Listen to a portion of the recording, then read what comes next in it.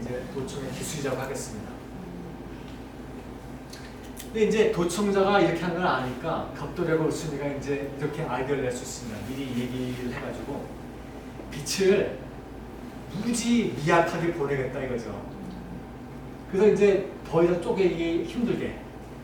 그 실제로 양자역학이 발견한 바에 아까 제가 말씀드린 것처럼 빛도 더 이상 쪼갤 수 없는 덩어리가 있습니다. 그 덩어리가 저를 나한테 팡팡 날라온다고 했잖아요. 그런 빛알갱이 또는 광자가 있는데 그걸 한 번에 하나씩 보내면 그거는 일로 반사돼서 가거나 통과돼서 가거나 둘 중에 하나밖에 못하거든요. 그러니까 이제 갑돌이하고 을순이가 내가 너한테 1초에 하나씩 신호를 보낼게. 이렇게 약속을 해놓고 1초에 하나씩 보냈는데 가끔 안 오면 을순이가 눈치채겠죠. 그럼 을순이가 이제 갑돌이한테 전화해가지고 야 이거 수상해. 이거 통신 관두자. 이렇게 이제 해버리는 거죠. 그러면 이제 도청을 못하는 거죠. 이런 아이디어를 낼 수 있는데 그럼 도청자가 또 아이디어를 낼 수 있습니다. 아 그러면 내가 신호를 몽땅 가로채서 뭔지 읽은 다음에 똑같은 걸 갖다 보내주겠다. 그럼 저것도 1초에 하나씩 똑같은 간격으로 보낼 수 있을 테니까 도청자가 도청하고 있다는 걸 갑돌이 을순이 둘 다 눈치 못 챌 수가 있겠죠. 요거를 못하게 하는 게 바로 양자하고 통신입니다. 그리고 이제 자세한 거는 뭐 그 인터넷 찾아봐도 쉽게 하실 수 있는데 기본 원리는 뭐냐? 보낼 때 중첩을 쓰는 거예요. 0이나 1, 혹은 빨간색이나 파란색을 쓰는 게 아니라 빨간색이나 파란색의 중첩, 혹은 0이나 1 신호의 중첩을 보내면 도청자가 이걸 읽으면 중첩 상태가 깨져버려서 신호가 변하지 않습니까? 그러니까 이 도청자는 똑같은 신호를 일로 만들어서 보낼 수가 없습니다. 애초에 뭐가 왔는지 모르니까. 이게 기본 원리입니다. 그 양자 컴퓨터는 이제 기본 이게 빠른 게 특징인데요. 빠른데 우리가 이제 어느 웹사이트를 처음 이제 가입하려고 하면 뭐 대문자, 소문자, 특수문자, 숫자 이런 거 다 합해가지고 8자 이상 만드셔야 돼서 짜증나게 만들잖아요. 근데 이제 그렇게 해서 만들 수 있는 조합의 수가 2에 56승계니까 7경계 정도 됩니다. 경우수가요. 근데 제가 이제 그걸 해킹하고 싶은데 어떤 숫자인지 전혀 몰라요. 그럼 이제 무식하게 이제 막 집어넣을 수가 있겠죠. 근데 그렇게 해서 예를 들어서 제가 이제 1초에 100만 개씩 숫자를 막 집어넣고 그 가능성이 10에 16승계가 있는데 그 중에서 하나를 찾겠다. 그러면 이제 고정 컴퓨터는 한 300명 정도 걸리는데 양자 컴퓨터는 1분밖에 안 걸리거든요. 그러니까 제 계좌에 그 패스워드 누군가가 해킹하려고 하는데 300년이 걸릴 거다. 그러면 제가 뭐 걱정은 안 하겠지만 1분이 걸릴 거다. 그러면 뭐 얘기가 완전히 달라지는 거죠. 근데 이게 어떻게 해서 그 양자 컴퓨터가 빠르냐면 병렬 처리를 잘하기 때문에 그렇습니다. 병렬 처리한 거는 다른 게 아니라 이제 여자분들이 잘 하시는 멀티태스킹 얘기하는 거거든요. 그러니까 한꺼번에 여러 가지 일을 동시에 진행하는 것이 병렬 처리인데 예를 들어서 이제 제가 학생 100명의 성적을 평균을 내겠다라고 하면 우선 100개 성적을 다 더 해야 되잖아요. 근데 이제 저 혼자 나오는 것보다 제가 종족을 4명을 더 데리고 와서 5명에서 학생을 20명씩 나눠가지고 숫자 더한 다음에 맨 마지막에 5개 숫자를 한 번 더 더하면 거의 5배 빠르게 계산할 수 있지 않습니까? 그런 게 병렬 처리거든요. 그 병렬 처리를 양자 컴퓨터는 중첩성을 이용해서 할 수 있습니다. 예를 들면 이렇게 하는 겁니다. 어떤 함수의 근을 찾아라 라고 이제 고전 컴퓨터에다 명령을 내리면 이 함수가 하나 있고 거기다가 x에다가 2를 집어넣어보고 그 함수 값이 0이 됐나 보고 0이 됐으면 그를 찾았으면 됐고 0이 안 됐으면 그 다음에는 하나씩 x가 들어가서 2를 집어넣어보고 3을 집어넣어보고 그 순서대로 넣어보는 거거든요. 넣다 보면 0이 될 수가 나오면 아 이게 답이다 라고 이제 하는 건데 양자 컴퓨터에서는 가능한 숫자 답들을 나타내는 상태를 몽땅 중첩시킨 다음에 그걸 한꺼번에 양자 컴퓨터에 다 집어넣습니다. 그러면 양자 컴퓨터가 이 가능한 답들에 대해서 이 함수 값을 한꺼번에 병렬 처리해서 한꺼번에 계산합니다. 그리고 그 중에서 답이 되는 것만 확 튀어나오게 만듭니다. 이렇게 병렬 처리하는 건데 이렇게 환상적인 컴퓨터를 만드는 게 물론 쉽지 않습니다. 아주 어렵습니다. 그리고 이런 환상적인 알고리즘 짜는 것도 어렵고요. 근데 이거 되거든요. 이거 됩니다. 그래서 실험으로 다 증명했습니다. 이거. 그래서 이런 병렬 처리를 잘하면 병렬 처리가 효율적인 알고리즘이 뭐가 있느냐? 유명한 게 몇 가지인데 그 중에 한 가지가 이제 데이터 검색하는 알고리즘인데 n개의 데이터 중에서 한 개를 찾는데 어떻게 찾느냐? 오전 컴퓨터를 찾으려고 그러면 확률 100%로 찾으려고 그러면 n개 다 뒤져봐야죠, 물론. 확률 50%로 찾으려고 해도 2분의 n개, 반은 찾아봐야 되지 않겠습니까? 그래서 시간이 2분의 n번 정도는 해봐야 되는데 양자 컴퓨터라면 루트 n번 만에 찾을 수 있습니다. 그 제가 아까 10의 16승계 중에서 하나를 찾는데 1초에 100만 개씩 트라이를 해볼 수 있다면 300년과 1분이 걸린다고 했을 때 요 계산을 한 건데 제가 이렇게 해보면 이렇게 시간이 걸리거든요. 그러니까 데이터 검색을 빨리 할 수 있으면 빅데이터 처리를 빨리 할 수 있고 이런 식으로 비밀 열쇠, 암호 처리에도 암호도 금방 알아낼 수 있습니다.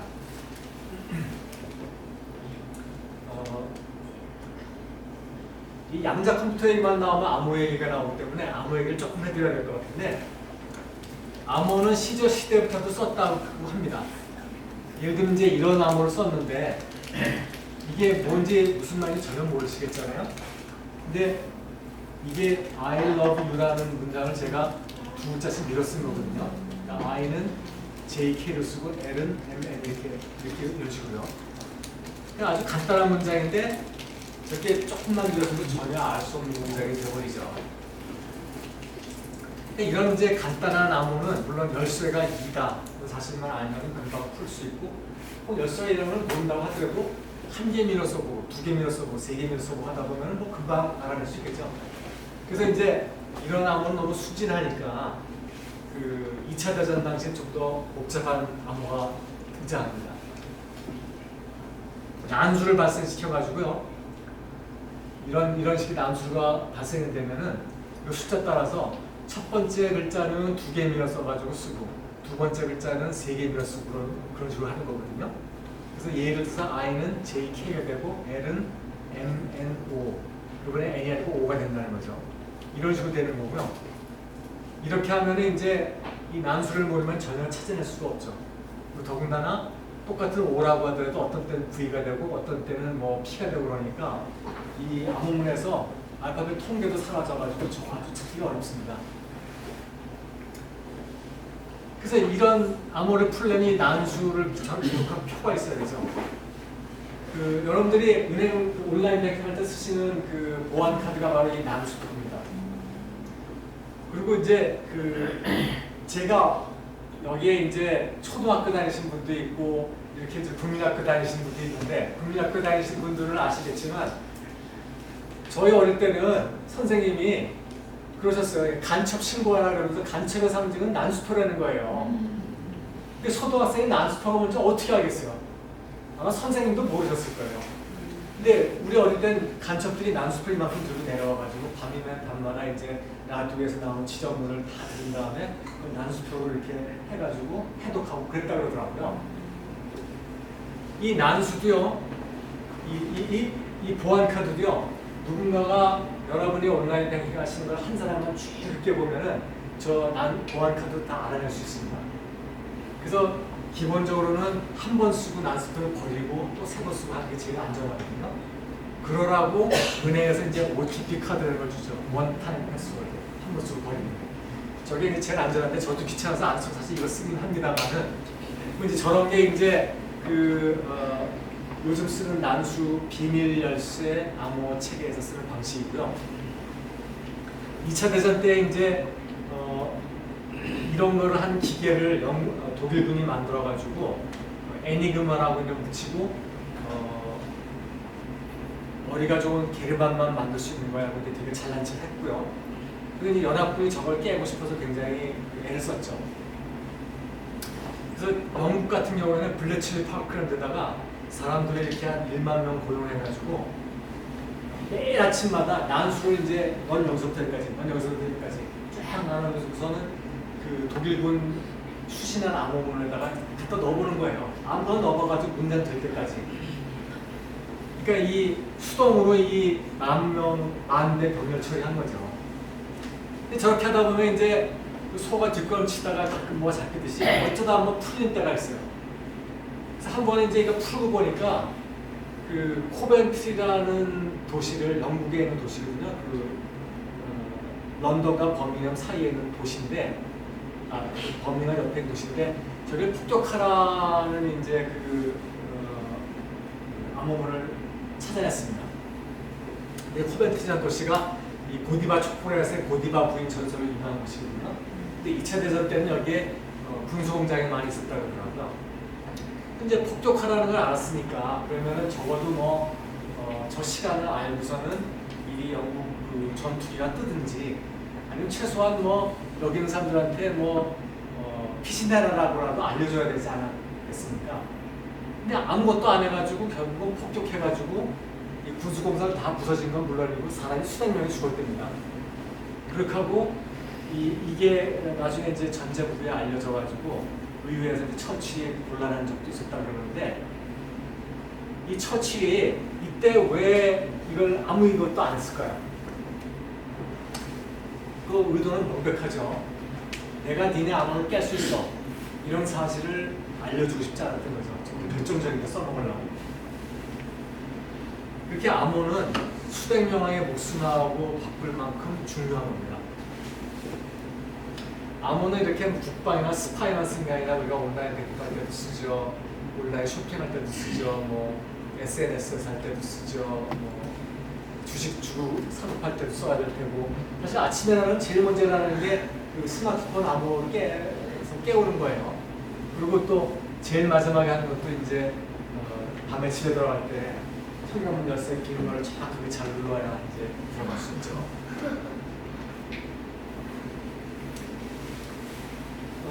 그러면 이제 제일 궁금한 게 그러면 우리의 미래는 앞으로 어떻게 될 건데 이런 거 아니겠어요? 제가 암호 얘기를 많이 했으니까 국방과 암호가 그 영향을 제일 많이 미칠 거다라는 걸 이제 예측할 수가 있습니다. 2차 대전은 공식적으로는 일본이 이제 원자폭탄을 맞고 항복해서 끝났지만 사실 그 전에 연합군이 독일하고 일본의 암호를 다 풀었었기 때문에 그 두 나라는 그렇게 상태 들어가 있었어요. 근데 이제 핵무기가 최종 블록을 해가지고 이제 이긴 거죠. 아무리 타짜라고 하더라도 자기 패를 다 보여준 건 치는데 이길 수가 있겠습니까? 그러니까 암호를 풀린 상대는 어느 나라도 이길 수가 없습니다. 그리고 금융 거래할 때 비밀 거래 이런 것들도 다 이제 암호가 걸려 있기 때문에 저런 것도 당장 문제가 될 수 있다고 말씀드렸고 그것만큼 큰 문제는 아니지만 암호화폐, 비트코인 이름이 암호화폐니까 당연히 암호를 많이 쓰겠죠. 여기에 암호를 많이 쓰는데 제가 양자 컴퓨터를 만들잖아요. 그러면은 그 다른 사람 코인 계좌를 다 해킹할 수 있고 채굴도 제가 독점할 수 있습니다. 그래서 양자 컴퓨터가 지금은 없지만 혹시 그 젊은 분들 비트코인으로 투자 많이 하시잖아요. 지금 하시더라도 10년 이내에는 하실 걸 권장하고 싶습니다.